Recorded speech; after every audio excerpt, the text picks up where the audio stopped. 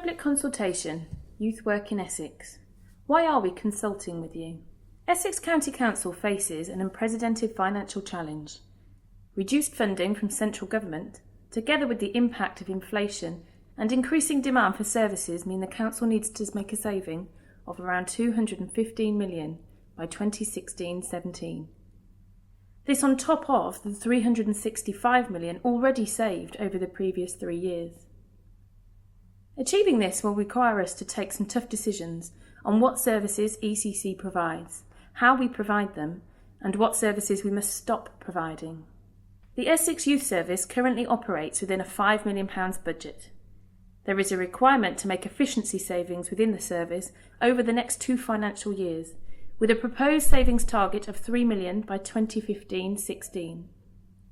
We would like you to tell us your views to improve the quality of our decision making by listening to your expertise and exploring your alternative ideas.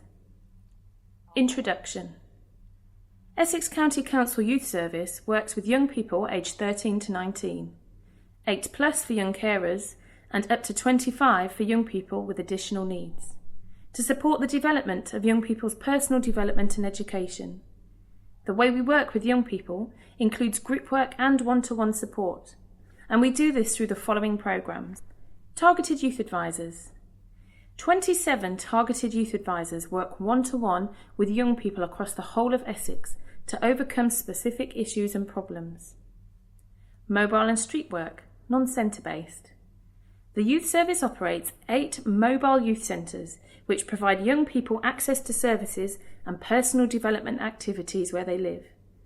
Mobile youth workers work closely with local communities, parish councils, the police and others to develop community involvement. Some youth workers deliver the same service in parks, streets, in fact wherever young people meet. Targeted youth centres. Youth centres in each quadrant area that host a range of provisions to support teenagers delivered by ECC and a range of other organisations. These include children in care, young people with special needs, young people who need advice and support with health, bullying and a range of other issues. We also facilitate young people having a voice through local youth councils, and it provides access to the Duke of Edinburgh's award at all levels and delivers support sessions for young carers. This is complemented by supporting a number of satellite centres offering similar opportunities. Our 30 youth centres deliver more than 400 regular sessions of activity each week. Young carers. Essex Youth Service is responsible for ensuring young carers have access to personal development opportunities and respite from their caring duties. The Youth Service also meets the legal obligation that young carers can access a full assessment of need when they require it. Youth Strategy Groups. In April 2012, these groups were formed with allocated funding in each district and borough, the purpose being to engage with the local community and set local priorities for young people. Complementary and alternative education enables young people to remain in learning when at risk of being excluded and to re-engage in positive learning experiences, take responsibility for their own learning and support young people to plan for their future. 9 alternative complementary education schemes run through Essex. Prince's Trust. Designed to offer new experiences and challenges for young people who are currently not in employment, education or training. The 12-week programme is run across the whole of Essex in 5 locations, 3 times a year, and successfully supports people into work. Essex Dance Theatre works with over 18,000 young people through its dance workshops, classes and performance and community projects. Delivers A-levels and other qualifications to support schools across the whole of Essex. National Citizen Service.